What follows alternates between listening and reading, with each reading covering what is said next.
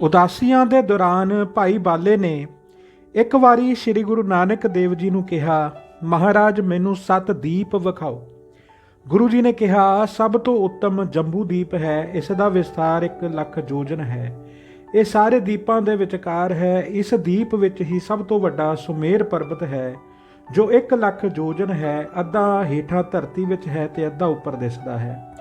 9 ਖੰਡ ਜਿਹੜੇ ਤੈਨੂੰ ਵਿਖਾਏ ਹਨ ਉਹਨਾਂ ਦੇ ਵਿਚਕਾਰਲੀ ਧਰਤੀ ਹੀ ਭਾਰਤ ਖੰਡ ਹੈ। ਗੁਰੂ ਜੀ ਸਮੁੰਦਰ ਦੇ ਪਾਰ ਲੰਘ ਕੇ ਪਲਖ ਦੀਪ ਗਏ। ਇਸ ਦੀਪ ਵਿੱਚ ਲੋਕਾਂ ਦੀ ਉਮਰ 1000 ਵਰ੍ਹੇ ਦੀ ਹੁੰਦੀ ਸੀ। ਦੇਵਤਿਆਂ ਵਰਗੇ ਉਹਨਾਂ ਦੇ ਕਾਰ ਵਿਹਾਰ ਸਨ।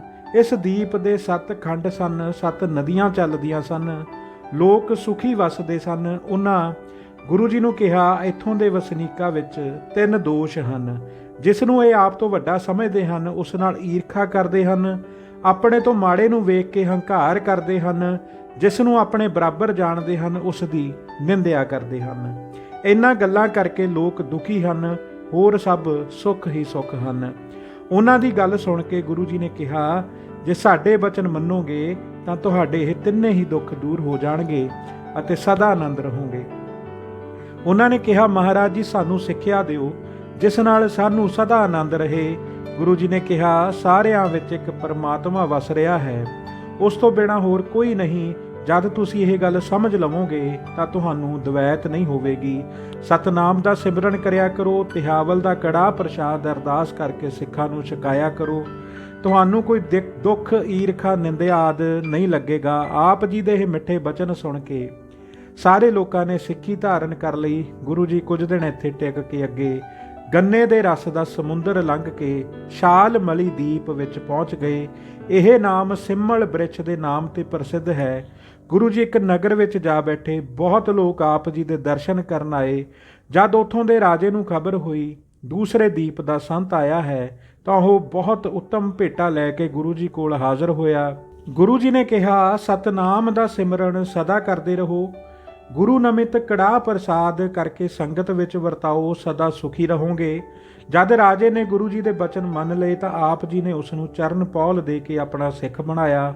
ਉਪਰੰਤ ਹੋਰ ਬਹੁਤ ਲੋਕ ਚਰਨ ਪੌਲ ਲੈ ਕੇ ਆਪ ਜੀ ਦੇ ਸਿੱਖ ਬਣੇ। ਕੁਝ ਦਿਨ ਇੱਥੇ ਬਤੀਤ ਕਰਕੇ ਗੁਰੂ ਜੀ ਇਹ 4 ਲੱਖ ਯੋਜਨ ਦਾ ਦੀਪ ਲੰਘ ਕੇ ਸ਼ਰਾਬ ਦੇ ਸਮੁੰਦਰ ਤੋਂ ਪਾਰ ਕੁਛ ਦੀਪ ਵਿੱਚ ਪਹੁੰਚ ਗਏ। ਇੱਥੇ ਕੁਸ਼ਾ ਬਹੁਤ ਹੁੰਦੀ ਹੈ ਜਿਸ ਕਰਕੇ ਇਸ ਦਾ ਨਾਮ ਕੁਸ਼ ਪ੍ਰਸਿੱਧ ਹੈ। ਗੁਰੂ ਜੀ ਇੱਕ ਨਗਰ ਵਿੱਚ ਜਾ ਬੈਠੇ। ਉੱਥੇ ਬਹੁਤ ਲੋਕ ਭੇਟਾ ਲੈ ਕੇ ਆਪ ਜੀ ਦੇ ਦਰਸ਼ਨ ਕਰਨ ਆਏ। ਗੁਰੂ ਜੀ ਨੇ ਉਹਨਾਂ ਨੂੰ ਉਪਦੇਸ਼ ਦਿੱਤਾ ਕਿ ਸਤਨਾਮ ਦਾ ਸਿਮਰਨ ਕਰਿਆ ਕਰੋ, ਸੰਤਾਂ ਦੀ ਸੇਵਾ ਕਰਿਆ ਕਰੋ, ਮਨ ਦੇ ਵਿਕਾਰ ਦੂਰ ਕਰਕੇ ਸ਼ੁੱਧ ਹਿਰਦੇ ਨਾਲ ਨਾਮ ਜਪਿਆ ਕਰੋ। ਇਹ ਬਚਨ ਸੁਣ ਕੇ ਬਹੁਤ ਲੋਕਾਂ ਨੇ ਚਰਨ ਪੌਲ ਲੈ ਕੇ ਸਿੱਖੀ ਧਾਰਨ ਕਰ ਲਈ। ਇੱਥੋਂ ਗੁਰੂ ਜੀ 8 ਯੋਜਨ ਦਾ ਰਸਤਾ ਲੰਘ ਕੇ ਘਿਓ ਦੇ ਸਮੁੰਦਰ ਉੱਤੋਂ ਚੱਲ ਕੇ ਕਰੋਪ ਦੀਪ ਪਹੁੰਚ ਗਏ। ਗੁਰੂ ਜੀ ਇੱਕ ਨਗਰ ਵਿੱਚ ਜਾ ਬੈਠੇ। ਇਸ ਦੀਪ ਦੇ ਲੋਕ ਬੜੇ ਸੁੰਦਰ ਸਨ ਜੋ ਸਦਾ ਵਿਸ਼ਿਆਂ ਵਿੱਚ ਲਪਾਏਮਾਨ ਰਹਿੰਦੇ ਸਨ। ਗੁਰੂ ਜੀ ਨੂੰ ਵੇਖ ਕੇ ਬਹੁਤ ਲੋਕ ਦਰਸ਼ਨ ਕਰਨ ਆਏ। ਜਦ ਰਾਜੇ ਨੂੰ ਖਬਰ ਹੋਈ ਤਾਂ ਬਹੁਤ ਕੁਝ ਲੈ ਕੇ ਹਾਜ਼ਰ ਹੋਇਆ। ਗੁਰੂ ਜੀ ਨੇ ਉਸ ਨੂੰ ਸੁਮਾਰਗ ਤੋਰਨ ਵਾਸਤੇ ਕਿਹਾ, ਹੇ ਰਾਜਾ, ਕਾਲ ਬੜਾ ਬਲੀ ਹੈ ਜੋ ਸਾਰੇ ਸੰਸਾਰ ਨੂੰ ਖਾ ਰਿਹਾ ਹੈ। ਉਸ ਪਾਸੋਂ ਕਿਸੇ ਦਾ ਛੁਟਕਾਰਾ ਨਹੀਂ ਹੈ। ਤੂੰ ਉਸ ਪਰਮਾਤਮਾ ਦੀ ਸ਼ਰਨ ਗ੍ਰਹਿਣ ਕਰ ਲੈ ਜਿਸ ਦੇ ਬਰਾਬਰ ਹੋਰ ਕੋਈ ਨਹੀਂ ਹੈ। ਜਨਮ ਮਰਨ ਤੋਂ ਤਦੋਂ ਛੁਟਕਾਰਾ ਹੋਵੇਗਾ ਜਦ ਵਿਸ਼ੇ ਵਿਕਾਰਾਂ ਨੂੰ ਤਿਆਗ ਦਿਓਗੇ। ਗੁਰੂ ਤੇ ਨਿਸ਼ਚਾ ਕਰਕੇ ਸਤਨਾਮ ਦਾ ਸਿਮਰਨ ਕਰੋ।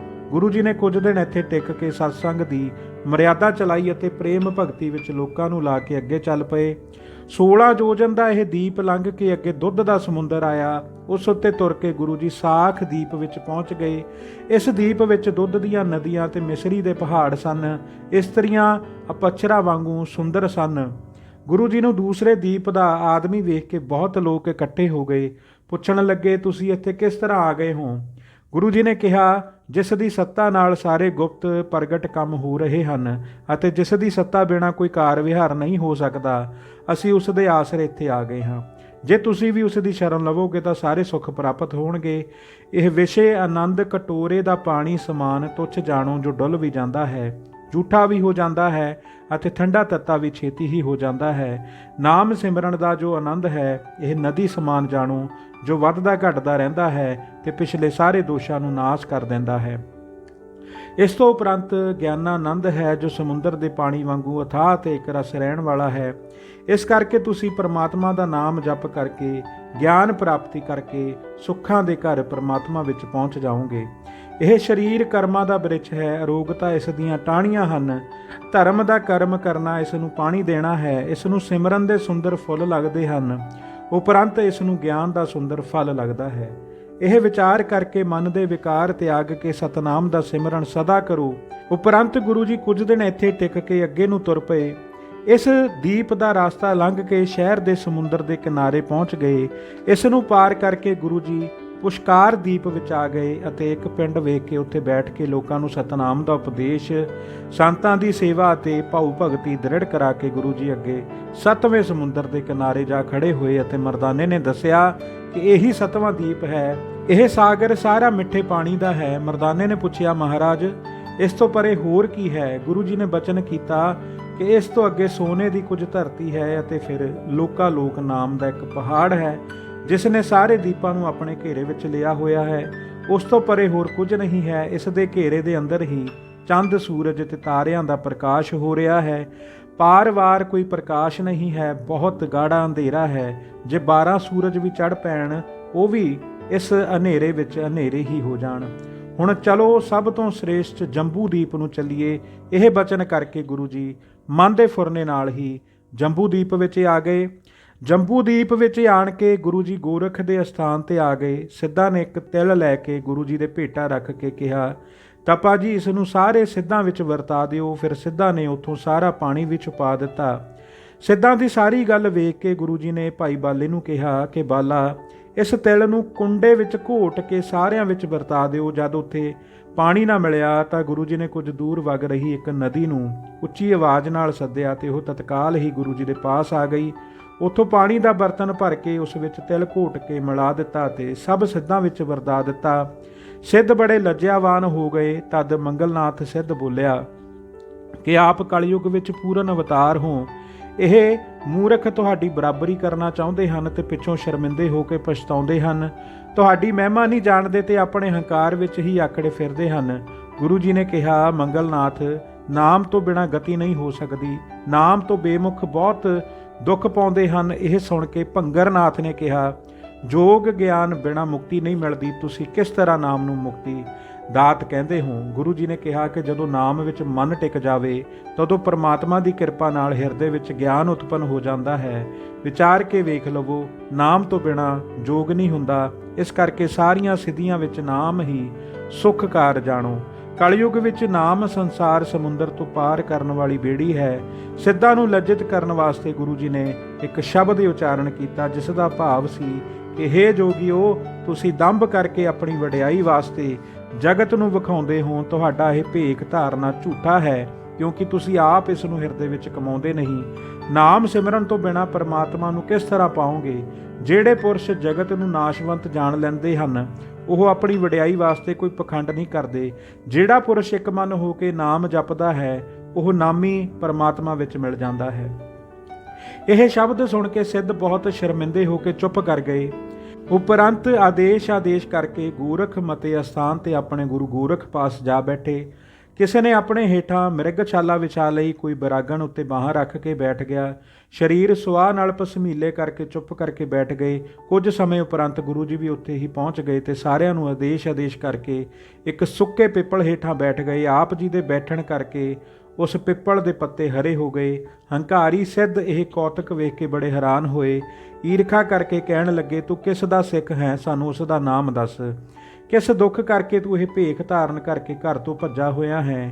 ਗੁਰੂ ਜੀ ਨੇ ਕਿਹਾ, ਮੈਂ ਤਨ, ਮਨ ਤੇ ਬਾਣੀ ਕਰਕੇ ਪਰਮਾਤਮਾ ਦਾ ਸਿੱਖ ਹਾਂ, ਜਿਸ ਦੇ ਬਰਾਬਰ ਹੋਰ ਕੋਈ ਨਹੀਂ ਹੈ। ਸੱਚੇ ਸ਼ਬਦ ਦੇ ਆਧਾਰ ਤੇ ਮੈਂ ਸੰਸਾਰ ਦੇ ਬੰਧਨ ਨਾਸ਼ ਕੀਤੇ ਹਨ। ਮੇਰੇ ਵਿੱਚ ਕੋਈ ਸ਼ਕਤੀ ਨਹੀਂ ਹੈ। ਮੈਂ ਇੱਧਰ ਉੱਧਰ ਜਗਤ ਦਾ ਤਮਾਸ਼ਾ ਵੇਖਦਾ ਫਿਰਦਾ ਹਾਂ। ਇਤਨੇ ਨੂੰ ਰਾਤ ਪੈ ਗਈ ਅਤੇ ਸਿੱਧ ਆਪੋ ਆਪਣੇ ਟਿਕਾਣਿਆਂ ਤੇ ਜਾ ਕੇ ਆਸਣ ਲਾ ਕੇ ਬੈਠ ਗਏ। ਗੁਰੂ ਜੀ ਨੇ ਭਾਈ ਬਾਲੇ ਨੂੰ ਕਿਹਾ, ਉੱਠ ਭਾਈ ਬਾਲਾ, ਧੂਣੀ ਲਾ, ਸਰਦੀ ਦਾ ਸਮਾਂ ਹੈ। ਆਗਿਆ ਮੰਨ ਕੇ ਭਾਈ ਬਾਲਾ ਇੱਕ ਥਾਂ ਤੋਂ ਧੂਣੀ ਲੈ ਕੇ ਆ ਰਿਹਾ ਸੀ ਕਿ ਸਿੱਧਾਂ ਨੇ ਦੌੜ ਕੇ ਉਹਨਾਂ ਪਾਸੋਂ ਉਹ ਖੋਹ ਲਈ। ਜਦ ਭਾਈ ਬਾਲੇ ਨੇ ਇਹ ਗੱਲ ਗੁਰੂ ਜੀ ਨੂੰ ਦੱਸੀ ਤਾਂ ਉਹਨਾਂ ਨੇ ਕਿਹਾ, ਆਪਣੀ ਚਾਦਰ ਨੂੰ ਜ਼ੋਰ ਦੀ ਝਾੜ। ਜਦ ਭਾਈ ਬਾਲੇ ਨੇ ਚਾਦਰ ਝਾੜੀ ਤਾਂ ਉਸ ਵਿੱਚੋਂ 4 ਮਹਿੰਗਣਾਂ ਨਿਕਲੀਆਂ। ਗੁਰੂ ਜੀ ਦੇ ਹੁਕਮ ਨਾਲ ਜਦ ਭਾਈ ਬਾਲੇ ਨੇ ਉਹਨਾਂ ਨੂੰ ਕੁੱਟ ਕੇ ਇਕੱਠਾ ਕਰਕੇ ਰੱਖਿਆ ਤਾਂ ਉਹਨਾਂ ਤੋਂ ਅਖੁੱਟ ਧੂਣੀ ਪੈਦਾ ਹੋ ਗਈ। ਸਿੱਧ ਇਸ ਨੂੰ ਵੇਖ ਕੇ ਬੜੇ ਹੈਰਾਨ ਹੋਏ ਅਤੇ ਉਸ ਧੂਣੀ ਨੂੰ ਬੁਝਾਉਣ ਵਾਸਤੇ ਬੜੇ ਜ਼ੋਰ ਦੀ ਹਨੇਰੀ ਚਲਾ ਦਿੱਤੀ, ਜਿਸ ਨਾਲ ਕਈ ਬ੍ਰਿਛ ਪੁੱਟੇ ਗਏ ਤੇ ਬੜੀ ਧੂੜ ਤੇ ਕੰਕਰ ਉੱਡਣ ਲੱਗੀ। ਜਦ ਉਹ ਪਿੱਪਲ ਵੀ ਉੱਡਣ ਲੱਗਾ ਜਿਸ ਹੇਠਾਂ ਗੁਰੂ ਜੀ ਬੈਠੇ ਸਨ ਤਾਂ ਗੁਰੂ ਜੀ ਨੇ ਕਿਹਾ, ਟਿਕਿਆ ਰਹੋ। ਤਦ ਉਹ ਬ੍ਰਿਛ ਜਿਉਂ ਦੀ ਤਿਉਂ ਅਡੋਲ ਟਿਕਿਆ ਰਿਹਾ। ਰਾਤ ਨੂੰ ਫਿਰ ਹਨੇਰੀ ਵਗੀ, ਉਸ ਨਾਲ ਸਿੱਧਾਂ ਦੀਆਂ ਸਾਰੀਆਂ ਧੂਣੀਆਂ ਉੱਡ ਗਈਆਂ। ਗੁਰੂ ਜੀ ਨੇ ਸਾਰੀ ਅਗਨੀ ਛੁਪਾ ਦਿੱਤੀ। ਸਿੱਧਾਂ ਨੇ ਵੇਖਿਆ ਕਿ ਗੁਰੂ ਜੀ ਦੀ ਧੂਣੀ ਤੋਂ ਬਿਨਾਂ ਹੋਰ ਕਿਤੇ ਵੀ ਅੱਗ ਨਹੀਂ ਹੈ। ਗੋਰਖ ਨੇ ਭਰਥਰੀ ਨੂੰ ਕਿਹਾ ਕਿ ਸ਼੍ਰੀ ਨਾਨਕ ਜੀ ਪਾਸੋਂ ਜਾ ਕੇ ਅੱਗ ਲੈ ਆਓ, ਹੋਰ ਕਿਤੇ ਅੱਗ ਨਹੀਂ ਹੈ।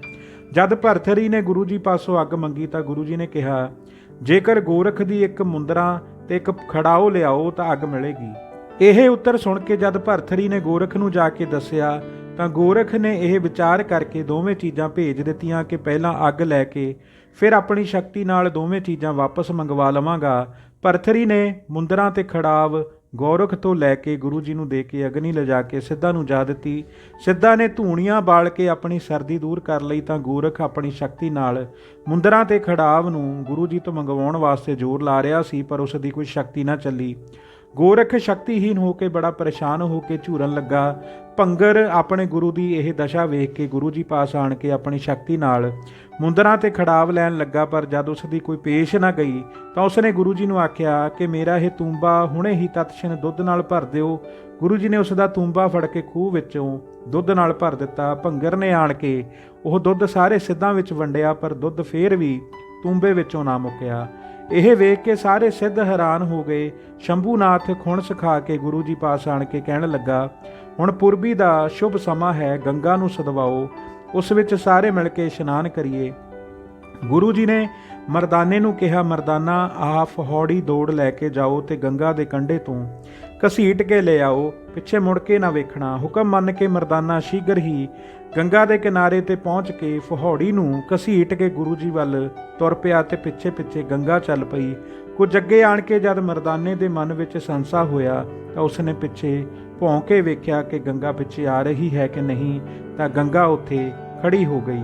ਤਦ ਇਹ ਸਾਰੀ ਗੱਲ ਜਦ ਮਰਦਾਨੇ ਨੇ ਗੁਰੂ ਜੀ ਨੂੰ ਆਣ ਕੇ ਦੱਸੀ ਤਾਂ ਸਾਰੇ ਸਿੱਧਾਂ ਨੇ ਵੀ ਸੁਣੀ। ਗੁਰੂ ਜੀ ਨੇ ਕਿਹਾ, ਮਰਦਾਨਾ ਜੇ ਤੂੰ ਪਿੱਛੇ ਹਟ ਕੇ ਨਾ ਵੇਖਦਾ ਤਾਂ ਗੰਗਾ ਇੱਥੇ ਸਾਡੇ ਪਾਸ ਆ ਜਾਣੀ ਸੀ, ਪਰ ਹੇ ਸਿੱਧੋ ਹੁਣ ਪਿੱਛੇ ਜਿੱਥੇ ਗੰਗਾ ਠਹਿਰ ਗਈ ਹੈ ਉੱਥੋਂ ਅੱਗੇ ਤੁਸੀਂ ਲੈ ਆਓ, ਸਾਨੂੰ ਇੱਥੇ ਹੀ ਇਸ਼ਨਾਨ ਕਰਾਓ। ਤਦ ਸਾਰੇ ਸਿੱਧਾਂ ਨੇ ਆਪਣਾ ਪੂਰਾ ਤਾਣ ਲਾਇਆ, ਪਰ ਗੰਗਾ ਉੱਥੋਂ ਅੱਗੇ ਨਾ ਆਈ। ਸਾਰੇ ਸਿੱਧਾਂ ਨੇ ਲੱਜਤ ਹੋ ਕੇ ਗੁਰੂ ਜੀ ਨੂੰ ਨਮਸਕਾਰਾਂ ਕੀਤੀਆਂ। ਫਿਰ ਮਛੰਦਰ ਨਾਥ ਨੇ ਕਿਹਾ ਕਿ ਇੱਥੇ ਬੈਠੇ ਬੈਠੇ ਹੀ ਸਾਨੂੰ ਮਿੱਠੇ ਫਲ ਛਕਾਓ। ਇਸ ਸਮੇਂ ਗੁਰੂ ਜੀ ਇੱਕ ਰੀਠੇ ਦੇ ਬ੍ਰਿਛ ਹੇਠਾਂ ਬੈਠੇ ਸਨ। ਜਦ ਆਪ ਜੀ ਨੇ ਉੱਪਰ ਟਾਣ ਵੱਲ ਵੇਖਿਆ ਤਾਂ ਰੀਠੇ ਆਪ ਹੀ ਟੁੱਟ ਕੇ ਮਛੰਦਰ ਦੇ ਅੱਗੇ ਡਿੱਗਣ ਲੱਗ ਪਏ। ਜਦ ਮਛੰਦਰ ਨੇ ਰੀਠਾ ਮੂੰਹ ਵਿੱਚ ਪਾ ਕੇ ਖਾਧਾ ਤਾਂ ਉਸ ਨੂੰ ਬਹੁਤ ਮਿੱਠਾ ਵੇਖ ਕੇ ਸਿੱਧਾਂ ਨੂੰ ਕਹਿਣ ਲੱਗਾ, ਰੀਠਾ ਫਲ ਤਾਂ ਬੜਾ ਕੌੜਾ ਹੁੰਦਾ ਹੈ, ਪਰ ਇਹ ਬੜਾ ਮਿੱਠਾ ਹੈ, ਛੱਡਣ ਨੂੰ ਮਨ ਨਹੀਂ ਕਰਦਾ। ਤਦ ਸਾਰੇ ਸਿੱਧਾਂ ਨੇ ਰੱਜ ਕੇ ਖਾਧੇ। ਜਦ ਹੋਰ ਸਿੱਧ ਉਸ ਟਾਣ ਦੇ ਰੀਠੇ ਖਾਣ ਲੱਗੇ ਜਿਸ ਪਾਸ ਹੇਠ ਉਹ ਆਪ ਬੈਠੇ ਸਨ ਤਾਂ ਉਹ ਬਹੁਤ ਕੌੜੇ ਵੇਖ ਕੇ ਮਨ ਵਿੱਚ ਪਛਤਾਉਣ ਲੱਗੇ।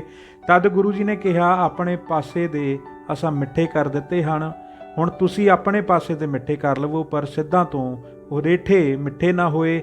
ਇਸ ਬ੍ਰਿਛ ਦਾ ਅਜੇ ਤੱਕ ਇੱਕ ਪਾਸਾ ਮਿੱਠਾ ਤੇ ਇੱਕ ਪਾਸਾ ਕੌੜਾ ਹੈ, ਜੋ ਜ਼ਿਲ੍ਹਾ ਪੀਲੀ ਭੀਤ ਵਿੱਚ ਪ੍ਰਗਟ ਹੈ। ਜਦ ਇਸ ਤਰ੍ਹਾਂ ਸਿੱਧ ਬੜੇ ਸ਼ਰਮਿੰਦੇ ਹੋ ਗਏ ਤਾਂ ਫਿਰ ਉਹਨਾਂ ਨੇ ਇੱਕ ਟੋਆ ਪੁੱਟ ਕੇ ਵਿੱਚ ਇੱਕ ਬਾਲਕ ਨੂੰ ਬਿਠਾ ਕੇ ਗੁਰੂ ਜੀ ਨੂੰ ਕਿਹਾ, ਇਹ ਜਗ੍ਹਾ ਸਾਡੀ ਹੈ, ਤੁਸੀਂ ਇੱਥੋਂ ਚਲੇ ਜਾਵੋ। ਜੇ ਯਕੀਨ ਨਹੀਂ ਤਾਂ ਧਰਤੀ ਨੂੰ ਬੁਲਾ ਕੇ ਪੁੱਛ ਲਵੋ ਕਿ ਇਹ ਕਿਸ ਦੀ ਹੈ। ਤਦ ਗੁਰੂ ਜੀ ਨੇ ਕਿਹਾ, ਸ਼ਕਤੀਵਾਨ ਤਾਂ ਇੱਕ ਪਰਮਾਤਮਾ ਹੀ ਹੈ, ਸਾਡੇ ਵਿੱਚ ਕੋਈ ਸ਼ਕਤੀ ਨਹੀਂ ਹੈ, ਤੁਹਾਨੂੰ ਆਪਣੀ ਸ਼ਕਤੀ ਦਾ ਹੰਕਾਰ ਹੈ, ਤੁਸੀਂ ਧਰਤੀ ਨੂੰ ਬੁਲਾ ਕੇ ਵਿਖਾਓ, ਅਸੀਂ ਤਾਂ ਵੇਖਣ ਵਾਲੇ ਹੀ ਹਾਂ। ਤਦ ਸਿੱਧਾਂ ਨੇ ਕਿਹਾ, ਹੇ ਧਰਤੀ ਜੇ ਤੂੰ ਸਾਡੀ ਹੈ ਤਾਂ 3 ਵਾਰ ਕਹੋ ਕਿ ਮੈਂ ਸਿੱਧਾਂ ਦੀ ਹਾਂ।